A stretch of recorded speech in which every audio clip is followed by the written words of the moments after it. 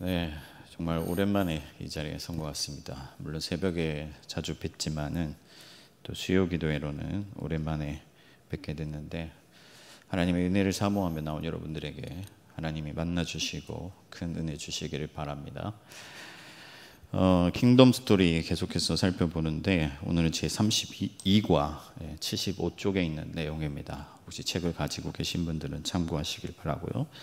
특별히 75쪽 아래쪽에 보면 하나님 나라 속으로, 그러니까 이 킹덤 스토리가 하나님 나라라는 큰 주제를 가지고 이렇게 엮어가고 있는 책이거든요. 그래서 그 하나님 나라 속으로 해가지고 그 핵심이 이렇게 요약되어 있습니다. 그것을 보시면 좀 더 이해가 빠르리라 생각합니다.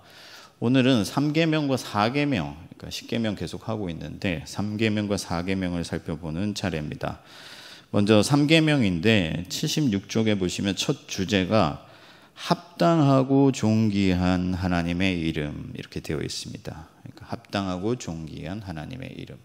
이 제목만 보면은 하나님의 어떤 성호, 그 칭호에 관한 이야기로 제 안에서 이해할 수 있는데, 예를 들면은 우리가 부모님 이름 함부로 부르면 안 되잖아요. 어릴 때 보면은 네 아버지 이름이 뭐니? 이러면 뭐 제자, 봉자, 석자 쓰십니다. 이렇게 얘기를 해야지 막 딱 그냥 얘기하면 혼나죠. 그러니까 뭐 이렇게 예의를 차려서 격식을 차려서 그 이름을 불러야 된다, 그런 얘기를 하는 것이냐, 거룩한 하나님, 뭐 존귀한 하나님 이런 얘기를 하는 것이냐, 그렇지는 않고요. 우리가 아버지의 어떤 존함을 높여서 부르는 이유는 뭡니까? 그 아버지와의 관계를 말하는 거죠. 그죠? 아버지를 마땅히 내가 공경해야 될 분이고 아버지가 나를 낳아주신 분이기 때문에 높여서 불러야 되는 거잖아요. 그래서 오늘 어떤 내용의 주제는 뭐냐면은 하나님과 우리의 어떤 관계, 그래서 하나님과의 어떤 교제의 측면에서 이 3계명을 살펴보려고 합니다. 우리가 어떤 사람과 인격적인 교제를 하려면요, 그 사람의 이름을 먼저 알아야 됩니다. 그죠? 제가 저희 아들이 사람에게 별로 관심이 없어요. 그래서 초등학교 3학년, 4학년 될 때까지도 학교 다녀오면은 옆에 친구 이름이 뭐니, 친구는 사귀었니 이렇게 물어보면 모르겠대요. 이름을 몰라요. 그래서 제가 이렇게 한 번은 숙제를 내주기도 했습니다. 친구 이름 3명 외워오기, 뭐 이렇게. 왜냐하면은 이렇게 길 가다가 하준아 안녕 이렇게 하는데 누구야? 이러면 몰라. 그렇게 얘기하는 거예요. 이제 별로 사람에게 관심이 없는, 관계를 안 하는 거죠. 그래서 여러분, 우리가 뭐 누군가 사귀려고 하면, 교제를 하려면 이름을 물어봅니다. 이름이 어떻게 되세요? 마찬가지로 우리가 하나님의 이름을 알고 그 하나님의 이름을 부른다는 것은 하나님과의 어떤 교제죠. 교제를 말하는 것입니다. 그래서 우선 그분의 이름을 부른다는 것은 좀 더 우리가 본질적인 차원에서 살펴보자면은 단지 그냥 호출하는, 그러니까 소리내어 부르는 측면뿐만 아니라 그 하나님의 이름을 우리가 어떻게 사용하고 취급하느냐의 문제라고 볼 수가 있습니다. 그래서 직역하면은 하나님의 이름을 들어 올린다라고 되어 있거든요. 그래서 하나님의 이름을 우리가 어떻게 취급하느냐, 어떻게 사용하느냐의 문제라고 할 수가 있는데, 우리가 하나님의 이름으로 주로 무엇을 하느냐, 그 하나님의 이름을 어떻게 사용하느냐, 가장 먼저는 하나님을 부를 때 사용하죠. 하나님을 찾을 때, 쉽게 말하면 기도할 때 하나님의 이름을 여호와여 하고 부릅니다. 그렇죠? 시편에도 보면은 다윗의 시편이나 이런 것들을 살펴보면 하나님의 이름을 부르죠. 여호와여 나의 하나님이여 이렇게 찾습니다. 또 어떨 때 사용할 수 있냐면은 이제 찬송할 때, 하나님의 이름을 높일 때, 하나님을 높여 부를 때, 하나님을 고백할 때 우리가 여호와 하나님은 이런 분이십니다라고 고백을 할 수가 있습니다. 그래서 찬송하고 기도하고 간구하고 또 하나님을 불러서 그 하나님의 임재를 경험하고 하나님의 말씀을 듣고, 그러니까 결국에는 하나님의 이름을 부른다는 것은 하나님을 예배한다라고 우리가 생각할 수가 있습니다. 하나님의 이름을 부른다는 것은 가장 먼저는 하나님을 인격적으로 우리가 예배하는 것을 말할 수가 있습니다. 그 밖에 하나님의 이름으로 또 이스라엘 백성들은 맹세했습니다. 그러니까 하나님의 우리가 뭐 친구들하고 내기할 때 내가 틀리면 내 성을 갈겠다 이렇게 하잖아요. 성을 간다는 건 아버지로부터 물려받은 거잖아요. 그러니까 아버지의 이름에 관한 것이죠. 그래서 아버지의 명예에 관한 거예요. 그래서 내가 아버지의 이름으로 맹세한다. 그런 것과 마찬가지로 하나님의 이름으로 맹세할 수가 있습니다. 그런데 오늘 본문에서 하나님은 나의 이름을 망령되게 부르지 말아라. 그러니까 나의 이름을 부를 때 망령되게 부르지 말라. 이 말씀을 우리가 조금 해석하면 거짓되게 혹은 뭐 헛되게 함부로 의미 없이 뭐 그런 의미로 우리가 이해할 수가 있습니다. 우리가 왜 하나님의 이름을 망령되게 부르지 말아야 하느냐? 아까 아버지의 이름을 함부로 부르지 말아야 하는 것과 같습니다. 하나님은 너무나도 우리에게 존귀한 분이시기 때문에, 하나님은 너무나도 높으신 분이기 때문에, 우리의 경외의 대상이시기 때문에, 우리에게 큰 은혜를 베풀어 주신 분이기 때문에, 그리고 그 하나님이 지존하시고 존엄하시고 가장 큰 권세와 영광을 가지신 분이시기 때문에 우리가 그 하나님을 함부로 불러서는 안 된다 하는 것이죠. 그래서 우리가 이름을 어떻게 부르느냐 하는 것은 내가 그 사람을 어떻게 생각하느냐, 그 사람이 나에게 어떤 의미가 있느냐로 해석할 수가 있습니다. 예를 들면은 제 이름을, 최 목사를 함부로 이렇게 다니면서 얘기하는 사람이 있다. 내 이름을 함부로 얘기하고 함부로 이름을 파는 사람이 있다. 그러면 저는 이제 그런 생각, 그 사람이 만약 저와 관계가 있다면 과연 나를 누구라 생각할까? 어떻게 생각할까? 그렇게 생각을 할 거예요. 마찬가지입니다. 여러분들이 하나님을 함부로 부르면 하나님은 여러분들이 나를 과연 누구라 생각할까? 뭐라고 생각하는 걸까? 그렇게 여기신다 하는 것입니다.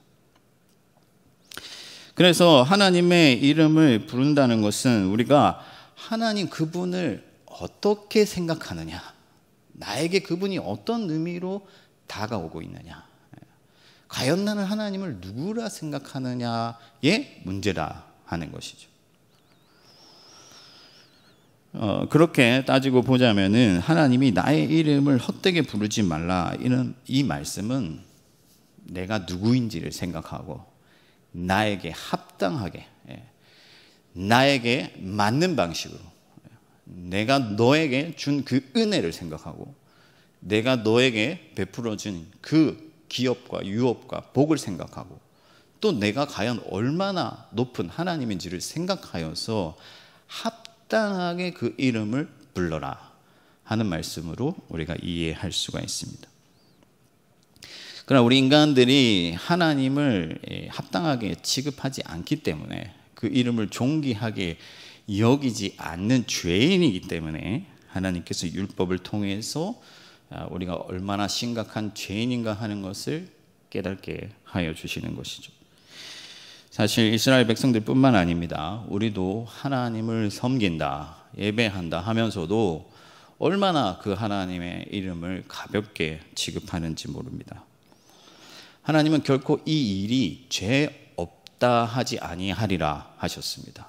하나님께서는 그것을 반드시 심판하신다 하시는 것이죠. 아나니아와 삽비라가 여러분 왜 죽었습니까?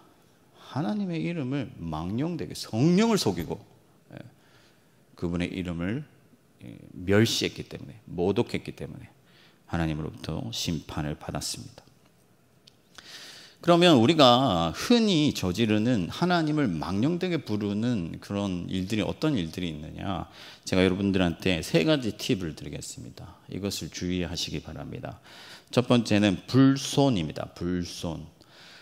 하나님을 가볍게 취급하는 것이죠.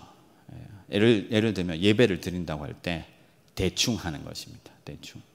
제가 그 돌잔치 뭐 예배 이런 거 있지 않습니까? 그런 거 가는 거 별로 안 좋아하고, 혹 저를 뭐 돌잔치 예배에 초청을 하시면은 예배답게 할 수 있게 해달라고, 준비를 해달라고 부탁을 드립니다. 왜냐하면요, 그냥 가보면 손님 맞이하기 10분 전에 막 손님들 들어오는데 예배 말씀 전하고 있는데 막 엄마가 막 일어나요. 손님 찾아고 막 악수하고. 그렇게 하지 말라 하는 겁니다.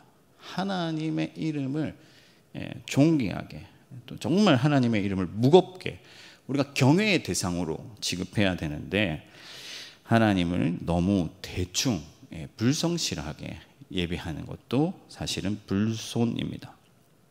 얼마 전에 우리 소년부 목사님 다녀가셨잖아요. 제가 뭐 세계로 교회 출신이다 뭐 자랑하는 건 아닙니다. 누가 뭐 그 자랑하냐 이러는데 절대 그런 건 아니고, 소년부 목사님이, 제가 왜 이 얘기를 하냐면은, 제가 한 번은 이제 친구들하고 토요일 밤에 늦게 놀다가 주일날 예배 드리는데 너무 졸리는 거예요. 너무 졸리는데 어떻게 했습니까? 졸릴 땐 자야죠. 그래서 제가 좀 잤습니다. 잤는데 손정훈 목사님 저를 부르시는 거예요. 갑진아. 그때 당시 한 700~800명 모일 때인데 저를 불러요. 그래서 깜짝 놀라서 봤더니 일어나라고 하시는 거예요. 그러더니 여기 지금 거룩하신 하나님, 우리의 영광의 하나님을 예배하는 자리에 네가 나와서 하나님을 멸시하면 되겠냐. 눈을 뜨고 말씀을 들어라. 이렇게 하신 거예요. 사실 망신스럽죠. 그러니까 생각해보면 제가 더 믿음이 좋은 것 같아요. 웬만한 사람 같았으면 딴 교회 가든지 이랬을 건데, 제가 예배 끝날 때까지 서서 예배를 드렸습니다. 그러니까 왜 그렇게 하시느냐, 뭐 그 방식이 맞느냐 틀렸느냐 이런 걸 떠나서 우리가 하나님을 어떻게 대하는가. 그래서 저는 이제 우리 대학부 학생들이 찬양하고 이렇게 할 때 박수를 치려면 치고 말라면 말아라 이렇게 얘기를 합니다. 여호와 하나님, 존귀하신 하나님 박수 치는데, 그래서 제가 너 박수를 치려면 치고 말려면 말아라 그렇게 얘기를 합니다. 그래서 우리가 하나님을 이렇게 가볍게 대충 취급하는 것도 불손이다. 혹은 하나님의 이름을 이 거짓과 연결시키는 것, 이런 것들도 불손이다 할 수가 있습니다. 하나님의 이름을 우습게 생각하는 거죠. 예를 들면 어떤 목사님이 자기가 지지하는 정치인이 있는데 하나님께서 그 정치인을 지지하신다고 하면서 그 정치인을 지지하지 않는 사람은 하나님의 심판을 받을 거라고 막 그렇게 얘기를 하는 거예요. 여러분, 누가 압니까? 하나님의 섭리 가운데서 누구에게 하나님께서 권력을 주실지 그것을 어떻게 알 수 있습니까?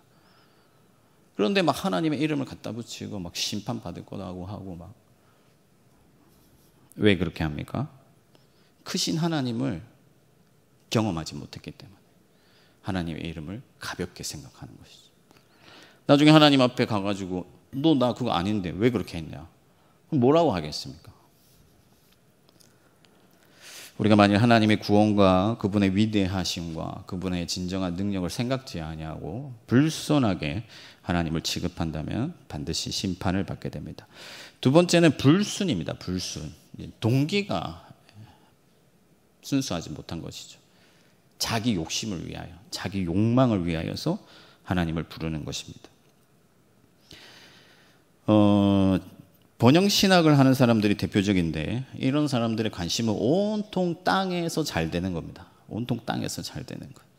그래서 잘 먹고 잘 살고 좋은 집에 살고 좋은 차 타고, 그걸 위해서 하나님을 찾는 거예요. 예전에 어떤 TV 프로그램에서 세금 기동대가 이 탈세하는 사람들 집을 급습했는데 막 헌금 봉투가 막 쏟아져, 현찰이 막 쏟아져 나오는데 그거 가지고 가려고 하니까 아이고 그 우리 하나님께 드려야 되는 건데 그것 드려야 우리가 복 받을 수 있는데 이렇게 얘기를 하는 거예요. 드리는데 복 받으려고 드리는 거죠. 정통교회 안에도 오로지 자기의 어떤 목회적 성공과 또 우리 교회가 큰 교회가 되길 갈망하는 그런 야망꾼들이 있습니다. 그런 사람들은요, 교회 하나님을 미신적으로 취급합니다. 그래서 뭐 대부흥 축복성회 뭐 이런 거 하는 사람들 있잖아요. 그래서 뭔가 크게 갖다 붙여야 이제 복을 받을 줄 압니다. 제가 언젠가 뭐 어떤 교회에 있는데 그 부흥 강사님이 오셨어요. 강사님이 오늘 밤에 여러분들이 복 받을 비결을 하나 알려주겠다면서 자기가 무슨 호텔에 묵게 되는데 그 호텔비를 계산하면 틀림없이 그 아들이 좋은 대학 가고 직장에 뭐 승진하고 뭐 이렇게 얘기를 하신 거예요. 그 집회가 끝나자마자 동시에 교회 전화가 막 빗발치는 거예요. 자기 자식 좋은 대학 보내려고. 그러면서 이제 호텔비를 서로 내겠다, 누가 냈더라도 자기가 내겠다 하면서 막 이제 그렇게 하는 거죠. 야, 그 집 자식 누구 뭐 김 집사 아들이 좋은 대학 가야 되는데 김 집사한테 양보하겠습니다. 이런 사람 한 사람 없어요. 그래서 여러분 엘리의 아들들이 전쟁에서 이기려고 언약궤를 함부로 들고 나갔다가 심판을 받았지 않습니까? 여러분 자기 유익을 생각하여서 자기를 위해 자기 욕망을 위해서 하나님의 이름을 사용하는 불순을 저지르는 사람들은 심판을 받습니다. 세 번째는 불선입니다. 불선. 선하지 않으면서 선한 척하는 것이죠. 하나님을 섬기고 예배하는 일은 선한 일인데 그 선한 마음이 없으면서 선한 척하는 것. 예를 들면 두 마음을 품은 사람들. 세상에 반쯤 자기를 걸쳐놓고 또 반은 교회에 걸쳐놓고 그렇게 하나님을 예배하는 척하는 사람들입니다. 혹은 뭐 체면이나 위신 때문에 신앙을 꾸며내는 사람들. 여러분 하나님은 일체의 위선이나 가식이나 외식을 싫어하시는 분이시죠. 어떤 사람들은 껍데기만 교회에 와 있습니다. 마음은 딴 데가 있어요. 수요 기도회 들으러 오고도 끝나고 뭐 드라마 보러 가야 되는데 계속 그런 생각만 하는 사람들. 그러니까 예배하면서도 예배하지 않는 사람. 이 선지서를 살펴보면요, 이웃을 살피지 않으면서 긍휼을 베풀지 않으면서 하나님을 제사하는 것은 위선이다. 그러니까 삶이 없는데 하나님을 잘 섬기는 것처럼 그렇게 하는 것들도 다 불선이고 하나님의 이름을 망령되게 부르는 것이다. 여러분 그러면 우리가 어떻게 해야 됩니까? 하나님께서는 진리와 영으로 예배하라고 하셨습니다. 성령이 우리 안에 오셔서 우리가 그리스도 예수를 깊이 만나며 그분의 십자가 앞에서 하나님을 찾으며 그 하나님이 우리에게 참되신 진짜 하나님으로 다가오면 우리는 하나님을 제대로 부를 수가 있습니다. 그렇기 때문에 여러분 형식적으로 종교적으로 하나님을 섬기려고 하기보다는 영으로 마음으로 하나님을 깊이 만나고 체험해야 됩니다. 그게 중요해요. 그래야 정말 진실한 예배를 드릴 수가 있고 하나님의 이름을 합당하게 부를 수가 있습니다. 그런 자가 참된 복을 받는 줄 믿습니다. 두 번째는 사계명입니다. 사계명은 안식일을 기억하여 거룩히 지키라 하는 말씀인데 하나님께서 세상을 6일 동안 창조하시고 마지막 7일에는 안식하셨다, 쉬셨다고 말씀을 하고 있습니다. 하나님이 안식하셨다, 쉬셨다는 것은 아이고 피곤하다, 이제 좀 쉬어야겠다 이런 의미가 아닙니다. 간단하게 말하면 내가 쉬고 있다는 것은 더 할 일이 없다 하는 것이죠. 완전하다 하는 겁니다. 충만한 세상, 기쁨과 평안과 안식이 있는 그런 세상을 만드셨다 하는 것이죠. 따라서 안식일을 기념하였으니 거룩히 지키라는 말씀은 하나님께서 본래 창조하신 그 안식의 세상을 갈망하고 기념하라. 그러니까 하나님의 창조를 회복하라는 명령으로 우리가 받을 수가 있습니다. 하나님께서는요, 이 세상을 안식의 세상으로 만드셨고 하나님의 피조 세계 가운데 안식을 선물로 주셨습니다. 평안과 기쁨을 누리게 하셨어요. 쉼을 주셨습니다. 그래서 이스라엘 백성들은 안식일을 거룩히 지킴으로써 온 세상에 안식을 주시는 하나님을 기념하고 감사해야 되는 것이죠. 그리고 하나님께 참 안식이 있다는 그 믿음을 고백하면서 하나님이 주시는 그 쉼, 진정한 쉼을 누려야 돼요. 그래서 하나님이 만나를 안식일에는 내리지 않으셨잖아요. 왜? 충분히 주시니까. 그래서 하나님을 믿고 안식일에 거두지 않으면 더 주시는 거예요. 하나님께서는 우리가 쉼을 얻기를 원하시고 하나님 안에서 쉬기를 원하십니다. 그래서 하나님은 짐승들과 집안에 있는 어떤 나그네들까지도, 그러니까 여종, 남종 가리지 말고 다 쉬게 하라고 합니다. 이 모든 사람을 쉬게 하라는 이 명령은 어떤 사람들은 그만큼 안식일을 철저히 지켜야 한다라고도 해석을 하지만은 그것보다는 하나님께서 원래 모든 세상 가운데 쉼을 주기를 원하셨기 때문에 그 진정한 안식이 하나님을 믿는 믿음의 가정 안에 충만하기를 기대하시는 것이죠. 그래서 이때 당시에 종들에게는 쉼은 없습니다. 종들은요, 주인을 위해서 일하는 존재예요. 종이 일하면 주인이 쉬는 거죠. 그게 그때 당시 세상 돌아가는 이치입니다. 오늘날로 보자면 돈 있는 사람은 쉬는 거고 없는 사람은 부지런히 일하는 건데, 하나님께서는 이 주일만큼, 안식일만큼은 모두가 쉬게 하시면서 하나님의 안식을 평등하게 누릴 수 있도록 해주신 것이죠.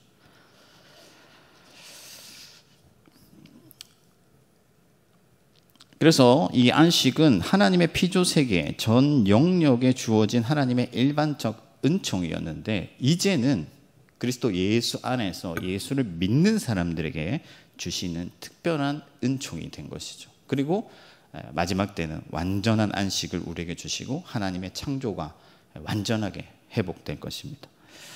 그러면 오늘날에 우리가 안식일이 없잖아요. 그럼 어떻게 해야 되느냐? 이 안식일은 사라졌지만 주일을 이 신약교회가 안식일에 어떤 정신을 개성하고 이 제4계명의 명령을 지켜가기 위해서 주님께서 부활하신 그 첫날을 신약교회의 안식일, 그러니까 주일로, 주의 날로 정하고 지금까지 지켜오고 있습니다. 그러면 앞에 말씀을 정리해서 적용을 해보면 우리는 주일에 어떻게 해야 됩니까? 이 안식일의 정신을 회복해야 되죠. 안식일의 정신을 지켜야 돼요. 하나님께서 원래 만드신 그 세상을 우리가 누려야 되는 것이죠. 그래서 교회 안에 들어오는 사람들마다 서로에게 힘이 되어주고 안식을 제공해주고 하나님을 신뢰하고 믿는 가운데서 우리가 진정한 쉼을 누려야 되는 거예요.